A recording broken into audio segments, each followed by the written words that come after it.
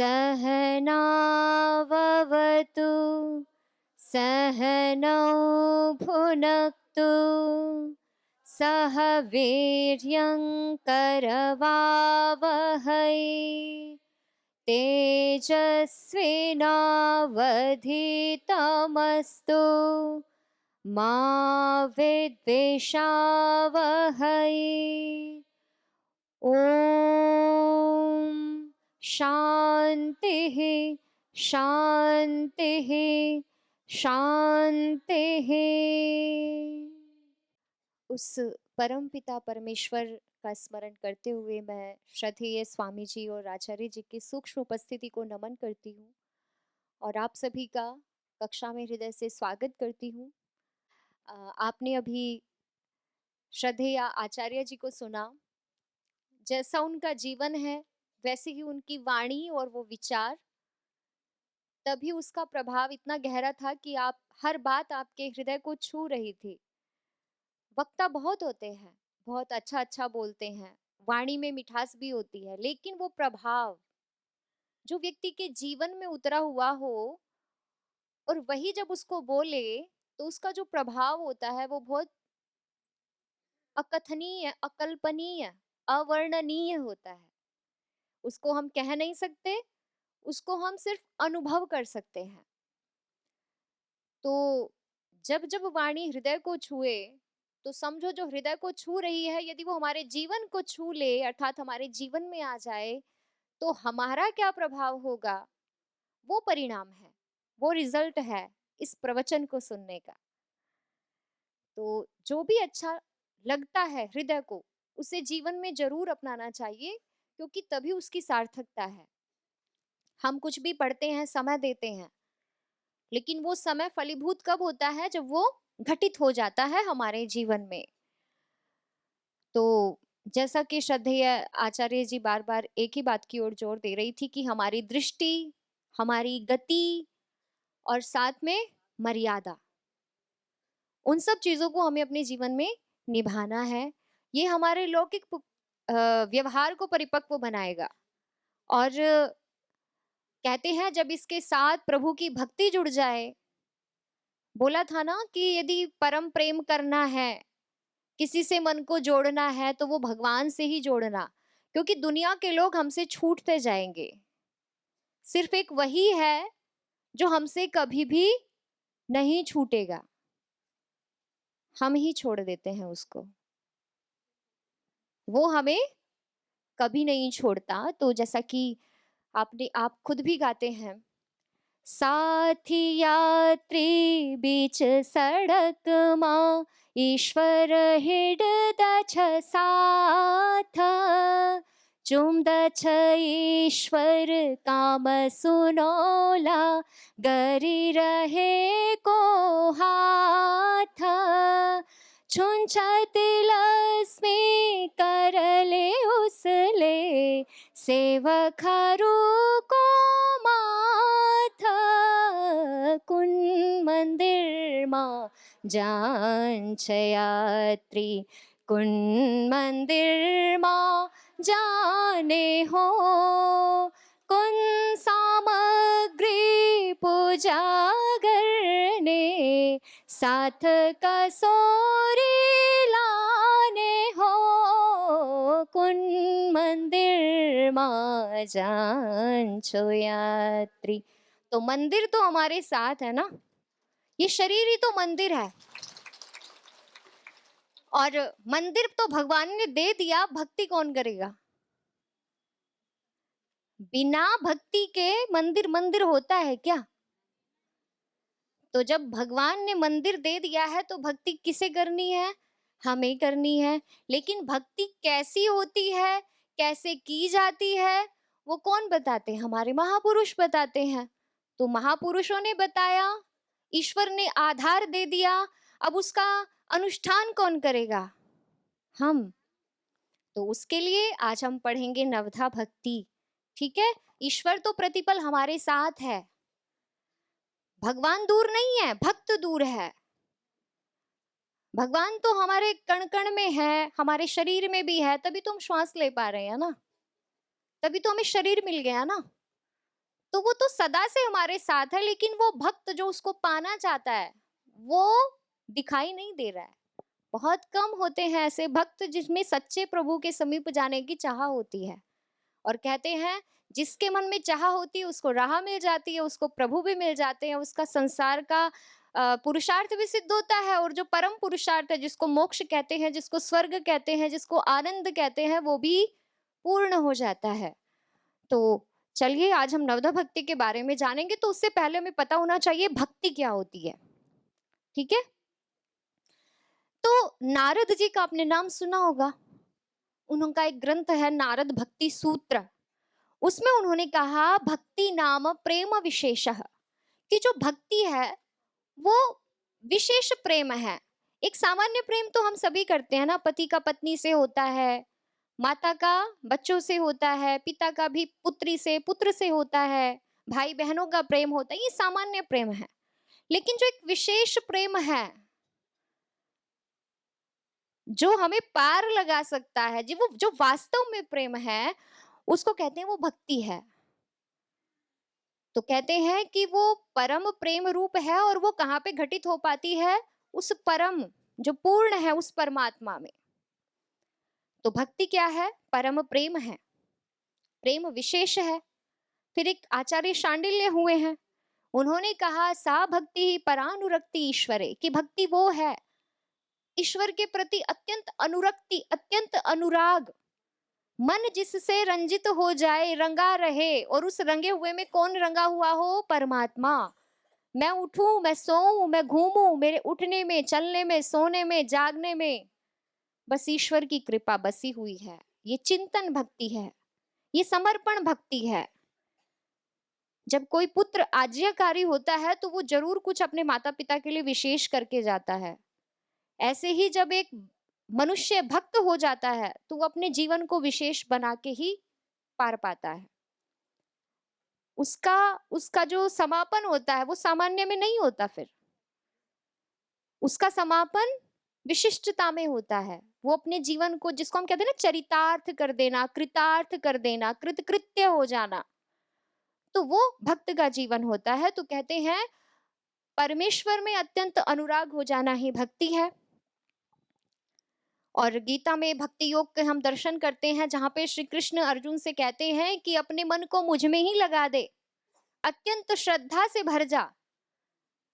तभी तो अर्जुन, जो कि मोह ग्रसित हो रहे हैं अपने बंधु बांधवों को देख करके, हालांकि उनके जो बंधु बांधव हैं वो अधर्म का साथ दे रहे हैं। जो भी महाभारत का, जो भी युद्ध का जो कारण बना, वो कितनी विषम परिस्थितियां थी। तो उस परिस्थिति का जो दुष्परिणाम देखने में आ रहा था, उसका अंत ही तो महाभारत का युद्ध था ना। अब जब अर्जुन लड़ेंगे नहीं तो धर्म की विजय कैसे होगी? तो उनको एक यथार्थ दर्शन श्री कृष्ण ने दिया और उनसे कहा कि मुझको समर्पित हो जा, इस समय तुम्हारा निर्देशन मैं कर रहा हूं। एक गुरु, जब एक शिष्य गुरु के प्रति समर्पित हो जाए तो उसका जीवन धन्य हो जाता है। तो इसलिए भक्ति में भी एक भक्त को पूर्ण रूप से परमात्मा के प्रति समर्पित होना पड़ता है। तो भक्ति के 9 प्रकार कहे जाते हैं, जिसे हम नवधा भक्ति कहते हैं। अब नवधा, नव और धा 2 शब्द हैं इसमें, ध्यान दीजिएगा। नव धा, 9 मतलब 9, धा मतलब काइंड, 9 काइंड ऑफ भक्ति, 9 प्रकार की भक्ति, 9 तरह से की जाने वाली भक्ति क्या है? नवधा भक्ति। और ये हमें 2 जगह दिखाई देती है। एक हमें श्रीमद् भागवत पुराण में, ठीक है, और एक हमें दिखाई देती है रामचरितमानस में। रामचरितमानस में श्री राम ने शबरी को नवधा भक्ति का उपदेश दिया था, ठीक है, वो त्रेता की बात है। और सतयुग में जो प्रहलाद थे, भक्त प्रहलाद, उन्होंने अपने पिता हिरण्यकश्यप, उनको नवधा भक्ति के बारे में बताया था। तो जो भक्त प्रहलाद जी ने सतयुग में बताया है अपने पिता को, उसको हम पहले एक बार सूक्ष्म दृष्टि से देखेंगे, फिर हम रामचरितमानस वाली भक्ति पे आएंगे। दोनों लगभग समान है, सिर्फ शब्दों का भेद है, भाव वही है। तो ये हमें संस्कृत में मिलेगा श्लोक, और नवदा भक्ति हमें जो अवधी भाषा होती है, अवधी भाषा उसमें है, तो वो संस्कृत में नहीं है। मेरे पीछे बोलिएगा, श्रवणम कीर्तनम विष्णोः स्मरणम पादसेवनम अर्चनम वंदनम दास्यम सख्यम आत्मनिवेदनम। श्रवणं कीर्तनं विष्णोः स्मरणं पादसेवनम् अर्चनं वंदनं दास्यं सख्यमात्मनिवेदनम्। श्रवणम, सुनना, ठीक है। श्रद्धेय स्वामी जी भी शिविर में इस नवधा भक्ति को बोलते हैं। इस श्लोक को भी आपने बहुत बार सुना होगा।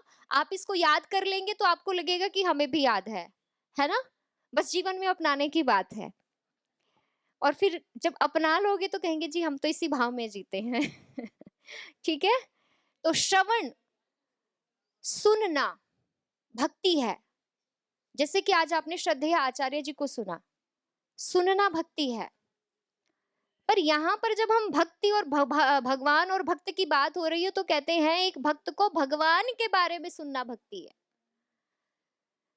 हमें प्रीति कब होती है? भगवान से प्रेम करना भक्ति है, ये हमें पता चल गया, लेकिन प्रेम उपजेगा कब?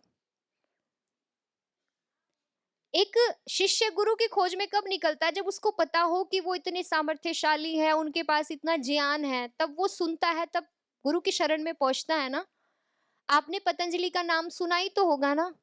वहां पर इस तरह से कार्य होता है, इस तरह से श्रद्धेय स्वामी जी योग के द्वारा लोगों को निरोग बनाते हैं, लोक कल्याण में संस्था कार्य करती है, सुना होगा ना। तभी तो प्रेम उपजे, तभी तो आप ये सब यहाँ पर बैठे हैं। तो ये श्रवण भक्ति है। तो एक भक्त को भगवान की कथाएं सुननी चाहिए। भगवान का गुण कर्म स्वभाव कैसा है, हमारे वेदों में भगवान का क्या स्वरूप बताया गया है। हम भगवान को याद तो करें, लेकिन किस रूप में? यदि हमें नहीं पता होगा तो हम उसके पूर्ण स्वरूप को नहीं, गलत स्वरूप को भी तो स्मरण कर सकते हैं ना। लेकिन क्या वो रूप हमें पार लगा देगा? नहीं। तो जो ईश्वर ईश्वर का सच्चा स्वरूप है उसको सुनना ही श्रवण भक्ति है। आगे कहा कीर्तनम। अब जब आपने पतंजलि के बारे में सुना तो दो चार बहनों को जोड़ा भी होगा। कैसे जोड़ा?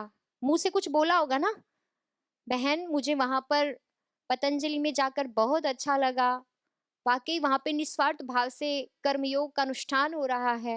ये कीर्तन है, गुणों का कथन करना। भगवान के स्वरूप को आपने तो सुन लिया, लेकिन सुनकर के दूसरा भी पार लग जाए उसको दूसरे से कहना, उसका कीर्तन करना है। हम भजन गाते हैं, श्लोक गाते हैं, स्तोत्र पढ़ते हैं, मंत्र पढ़ते हैं, ये सब कीर्तन ही तो है। तो कहते हैं भगवान को सुनो, भगवान का गुणगान करो, ये दूसरी भक्ति है। आगे कहा स्मरणम। अब कीर्तन तो कर दिया और खुद भूल गए, है ना। तो याद रखो भगवान ऐसा है, मुझे भी वैसा ही बनना है। भगवान की मुझ पर सतत कृपा है, निरंतर कृपा है, ये याद रखना स्मरण भक्ति है। आगे कहा पाद सेवनम, चरण सेवा करना। चरण सेवा का मतलब चरण दबाना नहीं होता। जो उत्कृष्ट होता है उसके नीचे बैठा जाता है ना। जैसे आचार्य जी यहाँ बैठे, हम सबने नीचे बैठ करके सुना।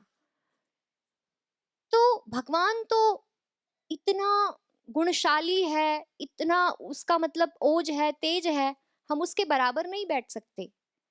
तो कहते हैं भगवान के प्रति कृतज्ञता का भाव रखना।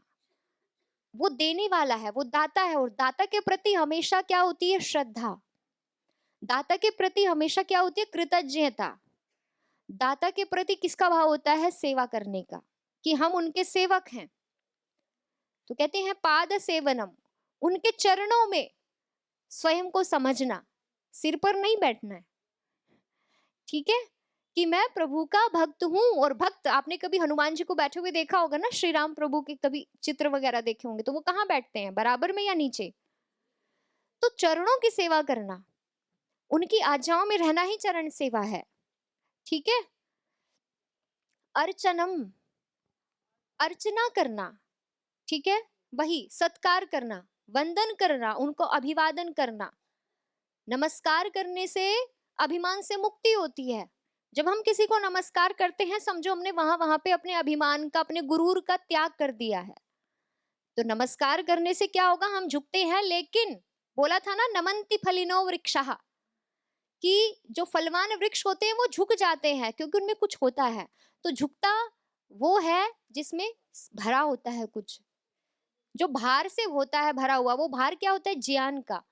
वो ज्ञान ही उसको क्या बना देता है, विनम्र बना देता है। तो कहते हैं वंदन भगवान का करना चाहिए। दास्यम, मैं प्रभु का दास हूं। अब दास का काम क्या होता है, आज्ञाओं का पालन करना। तो प्रभु ने जो सृष्टि को बनाया है उसमें मेरा क्या दायित्व है, उसको समझना। तो कहते हैं परहित में जीवन को लगाना, प्रभु जैसा है और जो इस संसार में शांति स्थापित करना चाहता है उसके लिए अपना योगदान देना, ये दास्य भक्ति है। आगे कहा सख्यम, सख्य कहते हैं मित्रता को। जब हम संसार में किसी, बिल्कुल जो हमारे बराबर वालों से जुड़ी हुई बातें होती हैं वो हम बराबर वालों को कहते हैं।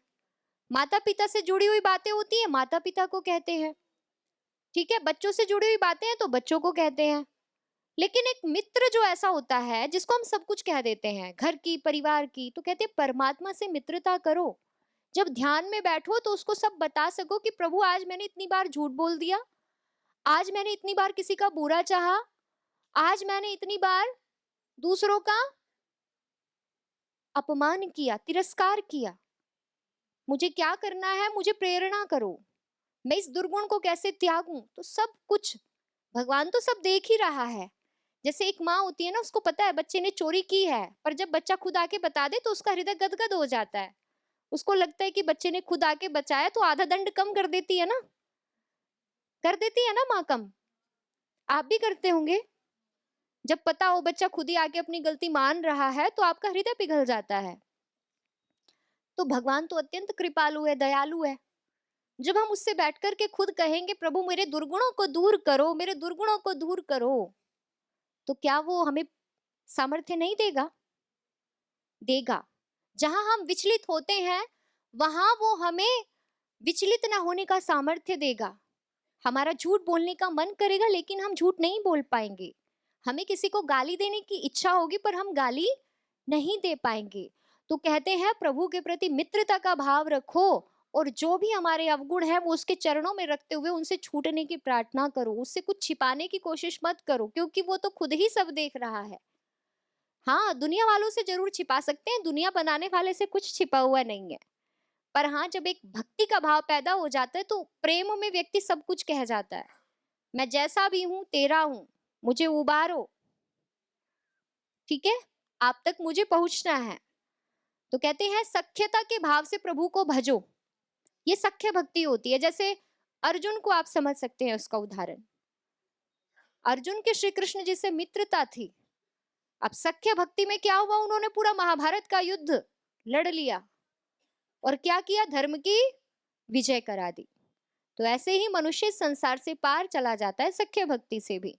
आगे कहा आत्मनिवेदन, सब कुछ उसके चरणों में रख देना। महाराज बलि थे, बहुत दानी थे। जब वामनावतार में कहते हैं जब विष्णु जी उनके समक्ष आए तो उन्होंने अपना आत्मनिवेदन कर दिया कि मेरा कुछ नहीं है, मेरा बल, मेरा धन, मेरा संपूर्ण जो भी मैंने इस संसार में कमाया है, वो चाहे शारीर बल हो, वो चाहे ऐश्वर्य हो संसार का, वो सब आपका ही है प्रभु। ऐसा कहानी है। रियल में तो यदि हम उसको जीवन में घटा करके देखें तो क्या ऐसा संभव नहीं है? सोचो कितने हल्के हो जाएंगे हम। जब पता होता है एक बच्चे को कि माँ साथ में है तो वो शेर को भी पकड़ने को दौड़ सकता है, उसे इतना भरोसा होता है माँ के ऊपर। तो ऐसे ही जब समर्पण पैदा हो जाता है तो एक भक्त बहुत बलवान हो जाता है। उसको लगता है कि मुझे प्रभु देख लेगा, मुझे संभाल लेगा, वो मुझे डुबाएगा नहीं। तो जब इस लेवल पे हमारी भक्ति बढ़ जाती है तो उसको आत्मनिवेदन कहते हैं। सब कुछ ही तो सौंप दिया, बस मुझे अच्छा करना है। लोग मेरे ऊपर लांछन लगाएंगे, मुझे पीछे नहीं हटना है, वो लोगों का काम है। प्रभु तो मेरे सत्यता को, मेरी अच्छाई को देख रहा है ना। मेरा विश्वास तो प्रभु पे है, दुनिया पर नहीं है। ठीक है, दुनिया के सोचने में गलती हो सकती है, लेकिन प्रभु के देखने में कभी गलती नहीं होगी। तो ये भरोसा हमें प्रभु पे होना चाहिए और अपने जीवन से दुर्गुणों को मिटाना चाहिए। तो ये थी हमारी नवधा भक्ति किसके अनुसार? भक्त प्रहलाद के अनुसार, जो उन्होंने किससे कही थी? किससे कही थी? प्रहलाद के पिता कौन थे? हिरण्यकश्यपु। ठीक है, उनसे कही थी। तो ये आपको पता चल गया ना प्रसंग। तो इस श्लोक को बस आपको याद करना है, और क्या याद रखना है वो मैं आपको एक बार बता चुकी हूँ। अब हम पढ़ते हैं रामचरितमानस के अनुसार। गोस्वामी तुलसीदास जी ने रामचरितमानस की रचना की है, लिखा है, ये तो आप सभी जानते हैं ना? जानते हैं? रामचरितमानस, मानस की चौपाइयां सुनी है आपने? रामचरितमानस में श्री राम प्रभु के जीवन का वर्णन है। जैसे रामायण आपने सुना होगा, श्री राम की कथा है, ऐसे ही रामचरितमानस भी श्री राम की कथा है, लेकिन वो किस में लिखी हुई है? अवधी में। और रामायण संस्कृत में, ये अंतर है दोनों में। और रामायण को महर्षि वाल्मीकि ने लिखा था, और रामचरितमानस को किसने लिखा है? तुलसीदास जी ने। इसको भी याद कर लीजिएगा, आपका पेपर होता है उसमें प्रश्न दिए जाते हैं। देखो, मतलब परिणाम की चिंता है ना, पेपर होते ही एकदम हाथ सक्रिय हो गए लिखने के लिए। हर समय जीवन में परीक्षा चल रही है, वो सुनने की भी हो सकती है, लिखने की भी हो सकती है। और भगवान जो परीक्षा लेता है वो लेता है व्यवहार की। हमारे सामने विषम परिस्थितियां आएंगी, और उनमें ही हमें जो जाना है उसको ना घटाना पड़ता है, तब जाकर के हम भगवान की दृष्टि में सफल होते हैं। ठीक है, तो नवधा भक्ति कांडों में विभाजित है रामचरितमानस। तो अरण्य कांड यानी कि जंगल का वर्णन जिसमें है, जब सीता जी की खोज में श्री राम वन वन भटक रहे थे, सीता जी को खोजते हुए, तो वो शबरी जी के पास जाते हैं और वहां पर उनसे सीता जी के बारे में परिचय पूछते हैं। तो जब शबरी जी उनको बताती हैं, तो बताने के बाद वो उनसे कहती है, प्रभु मेरा भी कल्याण करो, मुझे भी भक्ति का उपदेश दो। हालांकि वो खुद श्री राम जी के प्रेम में चरम पर थी, उन्होंने मुक्ति मिल ही जानी थी, लेकिन फिर भी ये मुक्ति का उपदेश, भक्ति का उपदेश शबरी के लिए नहीं था, हमारे लिए था।